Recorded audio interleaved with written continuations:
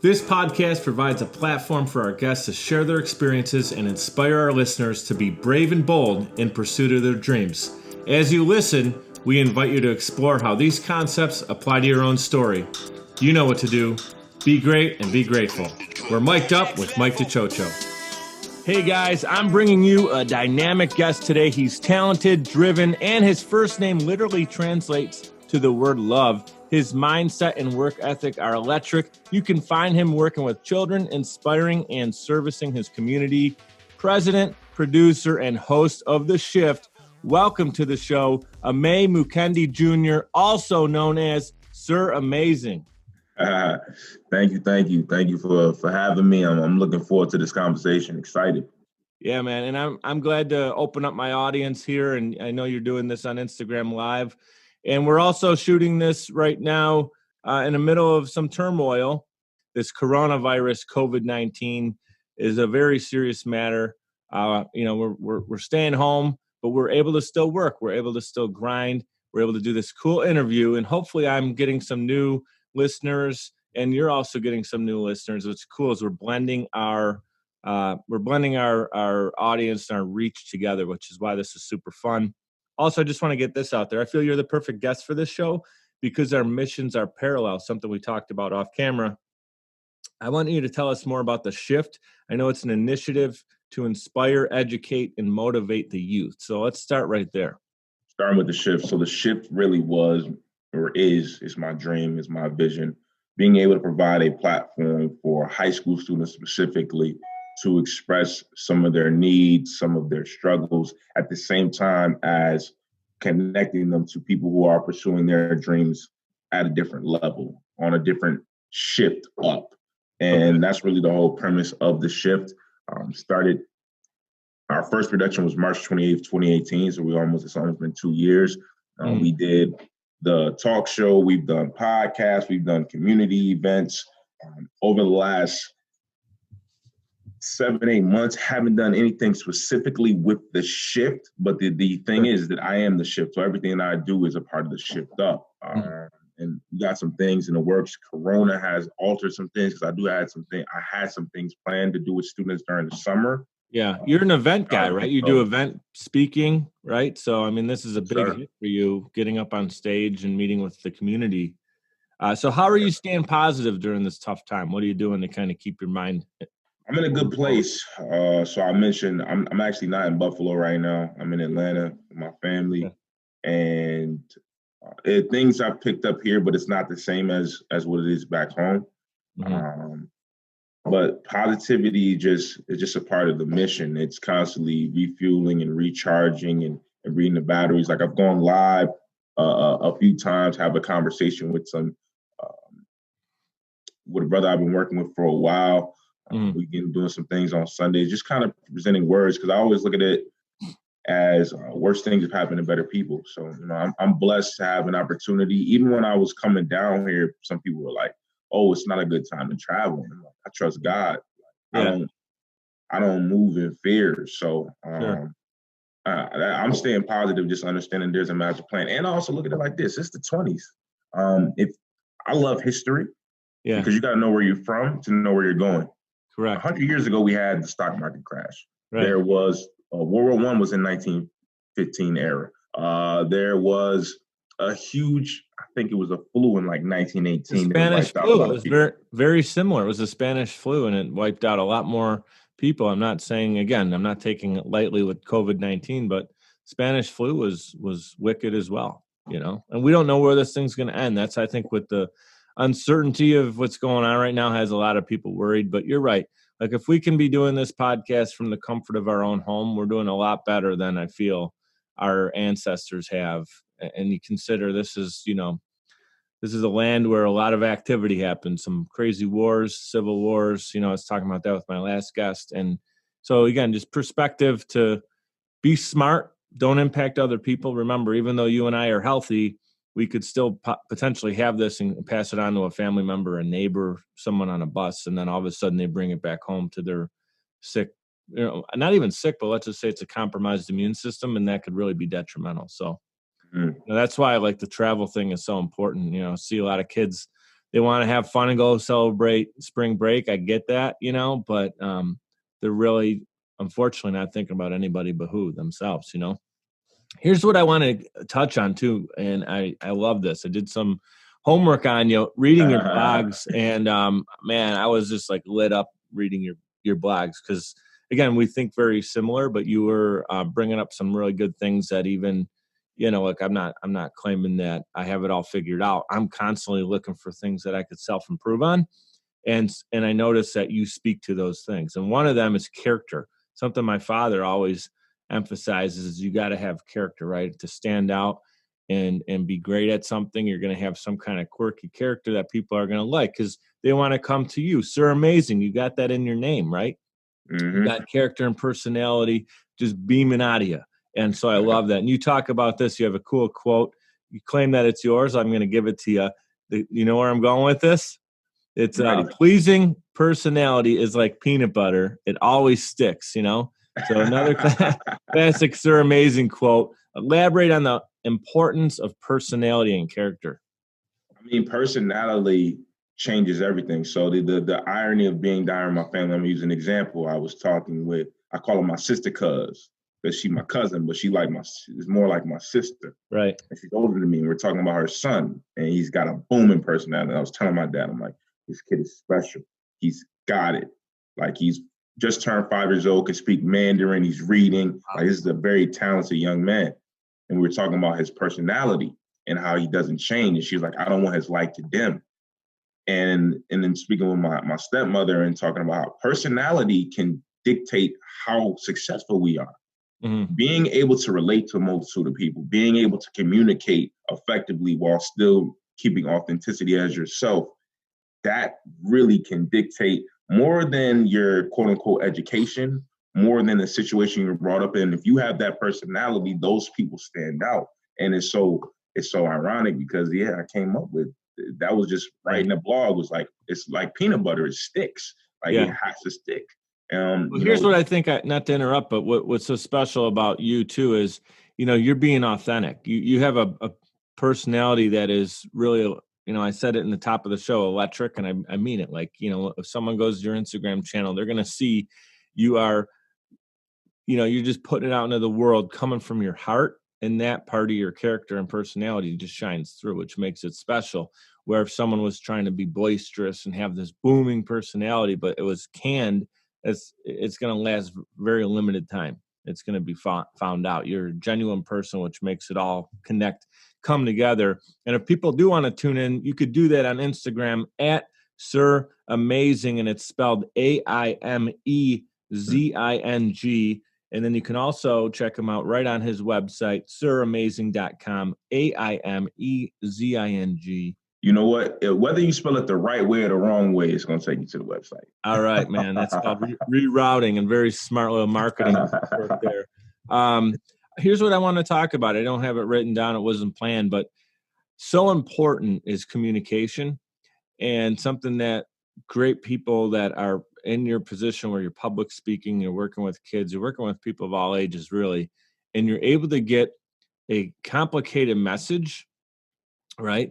And have them understand it and take action on it by simplifying it, but understanding your audience. So my company is called Social Chameleon. I'm not trying to shamelessly plug myself here, but the reason I went with the title Chameleon was to learn and adapt and grow with everybody being different, right? So I wouldn't talk to you as much as, you know, maybe if I'm talking to your grandfather and happy birthday to your grandfather, I'd probably talk to him slightly different than I would you, slightly different than maybe your dad or someone who calls me on the phone for a business call right now. So it's like understanding the communication, but something I know you're great at, and the best speakers in the world are able to take a complex thing, whether it's a sales process or selling a product, and make it so it's crystal clear, fun, educational, and adaptable. And so talk about is that something that you think we're born with, or is that something you work on as your craft? A little bit of both. Yeah. I would say I'm blessed because my origin, my background is very unique. So I'm African, like I'm Congolese, but I'm also Black American. So I always say like I'm a thoroughbred African American. So I have many different perspectives. As much as I like eating sombe, and I just have natural tendencies that are unique, like my name. At the same time, you know, I do like chicken. I did drink Kool-Aid, and I do like watermelon. So I still am I love basketball. Sure. Rap is my favorite music. So I'm still very much culturally ingrained as an American. Yeah. But at the same time, I also grew up in surroundings where I had to play the role of the token Black guy. I was a token Black kid a lot of times coming up. So my perspective is one thing I always used to say, like, I didn't want my kids, whenever he blessed me to have children, I don't want my kids to go to a private school. Because I went to a school where when I was a senior, I had a group of 10 white kids that are like, hey, man, we really want you to ride on our prom bus. I had my 10 Black friends. You got to come on a prom bus with us. I had foreign exchange students from North Korea, Turkey. There was students from India. There were Native American students. There were Latinos. So I was around so many different kinds of people that my understanding was different. Like you said, everybody looks at things from a different perspective. And one thing I learned, if you've never read this book, I strongly recommend it to everybody listening. Principles by Ray Dalio. And Ray Dalio is a billionaire investor. He's right up there with Warren Buffett and whoever else you want to mention in that same breath. But he says something in that book. It says, be radically open-minded and radically transparent. And when he says that, he's saying, basically, your universe is not my universe. We both are humans, and there's 7.8 billion of us on the planet. Each and every one of us has our own view of the universe.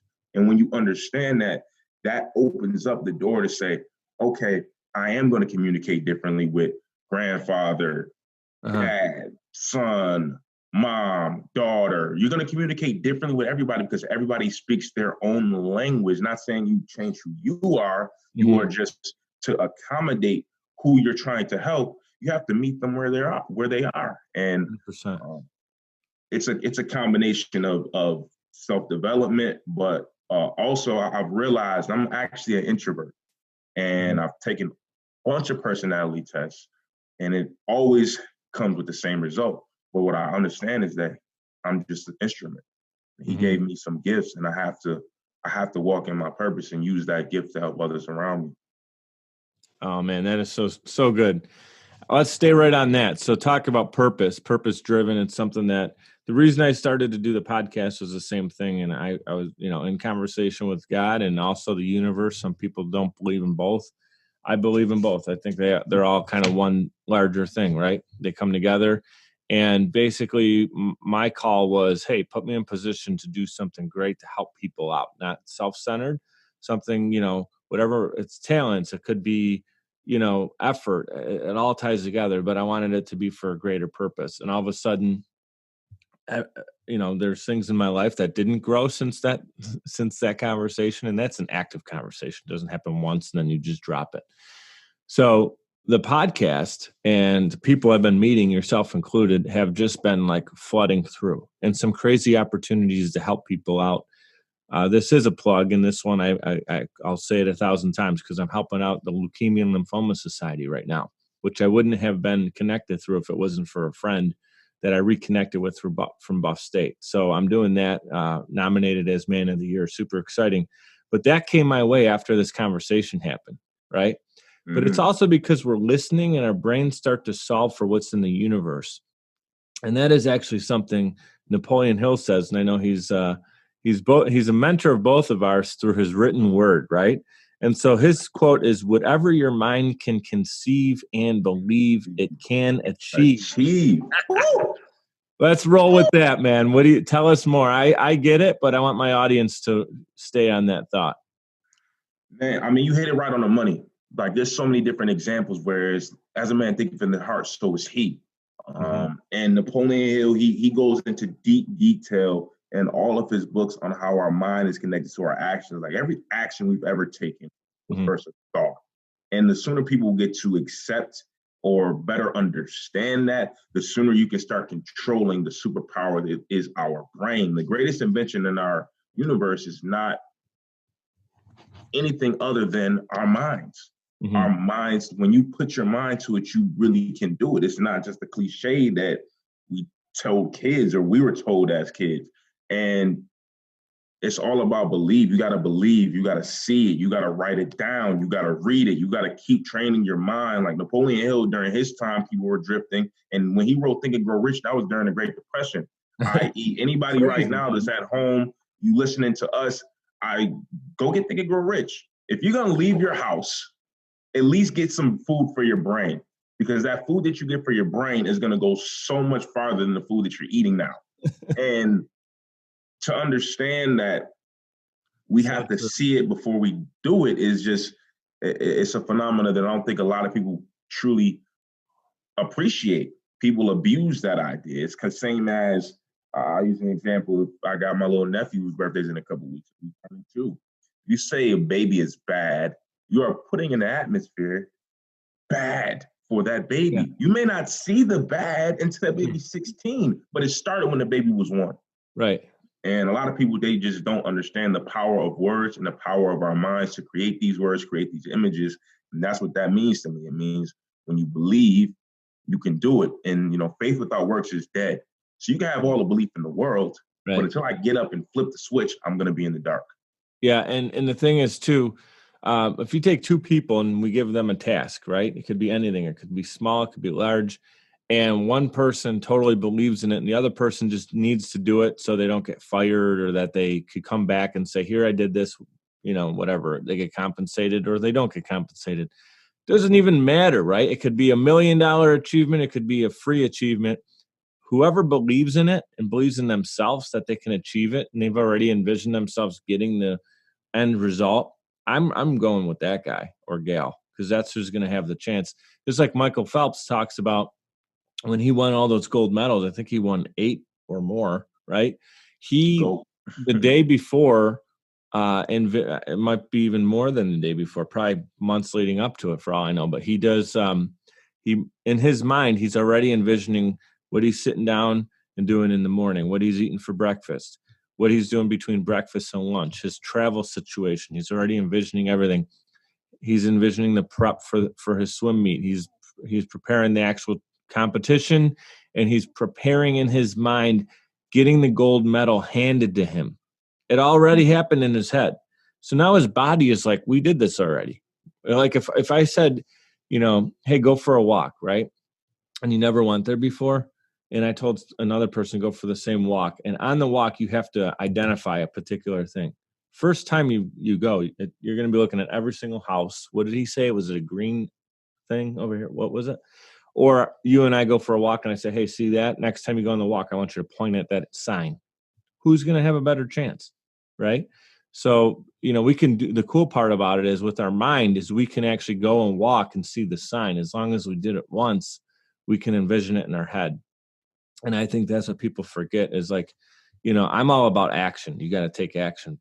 At the end of the day, nothing really does happen if you don't back it up with action. But before you can do that, you have to mindfully be strong, prepared, and ready to rock and roll. There's another quote here. The universe is listening. Every word which began as a thought will be presented to you. That was right from your blog, I believe. Appreciate the plug. Right? The universe is listening. What we tell it, what we ask from it will come true. But we got to do our part. Right? Exactly. I mean, it hits on the money. When I hear that, I automatically think the idea of the single woman was, I just want a man. You just want a man, or you want the man that's going to take care of you the way you want it to. You got to ask specifically what you want, because you'll get the man, and it's going to be the wrong man. And it just goes for everything. When somebody limits, there's so many people who limit themselves. Oh, well, I'll never be a millionaire. And every time I hear somebody say that, I say, man, you won't. Yeah. I will. You won't. I will. And I will not stop until I'm where I want to be. And people just.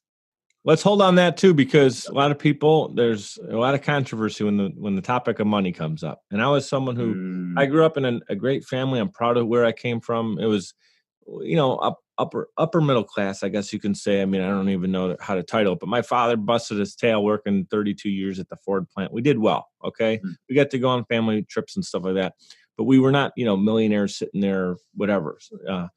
in that environment. And it was like almost kind of like that's them and this is us, even though they didn't say that to me. Right. So, and I've heard plenty of people say it's kind of harder to come out of the middle class than it is to come out of having almost nothing, because your survival mode is going to get you fighting harder than if you're kind of comfortable and things are okay, but you might want to improve it a little bit. Like if you're kind of fit and you want 6-pack abs, but I'm still looking pretty good in the mirror. Or like, I need to make a transformation completely. So why do I say this? Because the topic of money gets a little silly where some people are like, oh, money doesn't buy happiness and this and that. Now I know something. I know that if you had $1 million, you're already doing great things. You're in the community, you're helping children. If you had $1 million, let's say coronavirus doesn't exist right now. You could travel further. You could meet more people. You can write a book. You can give them away for free. You could spend money on ads to sell courses to things that you're going to give mindset to more people who are going to then start new businesses and do bigger things in the world. Money helps. Basically, it's a ticket, right? You can't go to Disneyland with your family or world without that ticket, right? So the experience, people spend thousands of dollars on that experience, but they won't spend thousands of dollars on their mindset and mentality. How come? Listen, I had a mentor of mine, actually, it was maybe a little bit over a year ago, right around this time ago, he said, the moment that you know exactly what you would do with $1 million is when you get it. Mm-hmm. And I do. I know exactly what I would do if I had $1 million to the T. Mm-hmm. And I think a lot of times we've been trained in a lot of ways to look at money poorly. And there's another book I read, Millionaire Mind by T. Harv Eker. Mm-hmm. That comes up quite a bit. It talks about how our childhoods in a lot of ways, just little snarky comments by influential people impacts how we view money. And the idea of not teaching children when they get $1 to save 70% is why when they get more money, we spend it. Yeah. And it was never appreciated it in the first place correctly to have more of it. It's something that I think is important. And dude, and just on that too, again, so could it turn into something bad? Sure. I think if someone's heart might be a little evil, or even if it wasn't, if they're an innocent person who came upon some money and all of a sudden things started presenting themselves in their life, just like an athlete that goes from a starving paycheck to paycheck college student to king of the world, money thrown at him, women thrown at him, cars thrown at him, opportunities thrown at him. They could have been a genuine hearted person, but now all of a sudden the manipulation gets to them, right? And there's more forces in the universe, right? There's the other side too, the dark side, right? We'll talk about that. And so, again, being strong in the spirit and strong in your mindset are going to allow you, when you're a good person and great person, to do better things with that money. So I'm just going to leave it at that, right? I mean, so you and I are all about achieving and tying dollars to that achievement, because I do want to impact the world. And I'm still working on being more laser focused on what my mission is, but I know my mission is a lot more than what you see right here. It's everything else that's around me. And basically that's the planet that I was grateful to be born on. But I don't want to take too much talk about me. I want to talk about you. You mentioned your mentor. I don't know if this is the same person or not, but I actually recently ran into one of your mentors, and I've known him for a handful of years, actually. And he's also booked on the show. Okay. But here's what's funny about it. You actually beat him to the punch. You're on first before your mentor. So you can even say that you were out hustling your mentor, and that's Robert Grant, a friend of mine. So is that who you were talking about, Robert Grant? It actually wasn't, but that's OG Red. It's funny. That's what I call him affectionately. Omega Red.